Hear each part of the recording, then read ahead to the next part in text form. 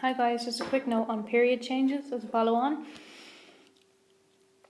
And the function of y is equal to sine x has a period of 2 pi, so that's something that we've already figured out and established. But because there are two complete cycles in the function y is equal to sine 2x, so if I look at my function y is equal to sine 2x, this blue one here, I'm following the blue function on the graph. And what happens is that its period is no longer 2 pi, but it actually fits a full 2 cycles into the period 2 pi. Okay? So 2 complete cycles of y is equal to sine 2x is in the domain between 0 to 2 pi. So the period has now been halved because after pi on the graph, this graph has already completed one whole cycle to there. Okay? So what we need to determine from that is that when we've got the sine of 2x, it means the period is now halved, so it's going to become pi.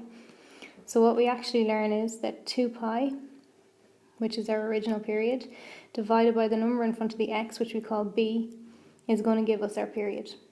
Okay, so there the number in front of my x was 2, so 2 pi divided by 2 gave me my b here.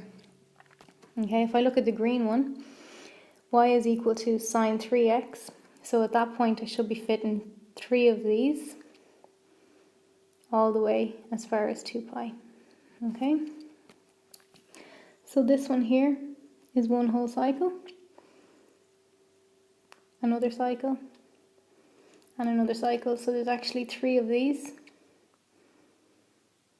that fit into 2 pi, the usual period. Okay, so for this one, y is equal to sine x divided by 4. I'm looking at my purple graph, and for my purple graph, it goes to a max at 2 pi. So it's hitting the max at 2 pi. Normally at 2 pi we would have already done a full cycle.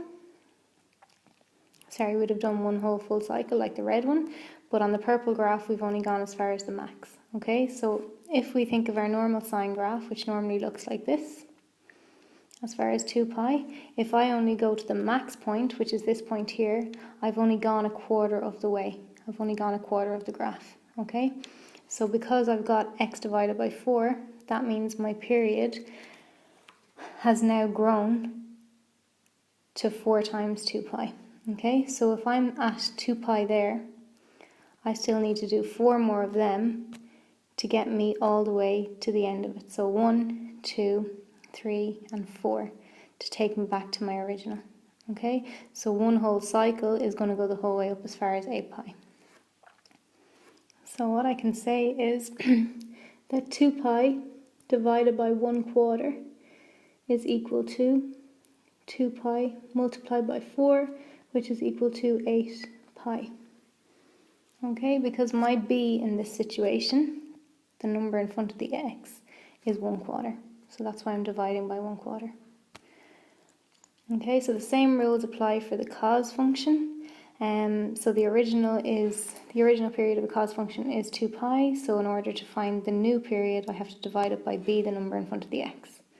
Okay, so cos and sine have the same rules. The tan function is a little bit different. The number in front of the x is going to be divided into pi because the period of a normal tan graph is pi. Okay, so that's the only thing that you need to remember. Draw the graph of the function y is equal to 5 sine 4x in the domain 0 to 2 pi. So the first thing I'm going to draw is my axis. So I've got an amplitude of 5, so it's going to go across as far as 5. And pi over 2, pi, 3 pi over 2, and 2 pi. Okay, I know that my max is going to be 5 and my min is going to be negative 5. Okay, so now thinking about, so I've already considered my amplitude and I've done that part. Now I need to look at the 4x. So this 4x here, what does that tell me? That tells me that my new period is equal to 2 pi divided by the number in front of x, which is 4. So it means my new period is pi over 2, which means when I get to pi over 2, I'm going to already have completed a full cycle. So my sine graph always starts at the origin. It's going to go up as far as 5, down back to the 0, and down as far as -5. Okay? Going to go up as far as 5, back down to the 0, down as far as -5, back to the 0. Okay?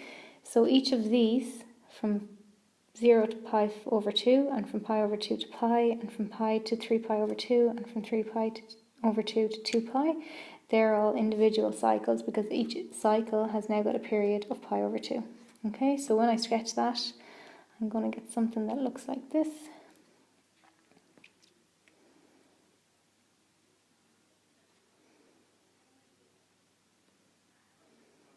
And your graphs will probably be much better than mine, but you get the idea.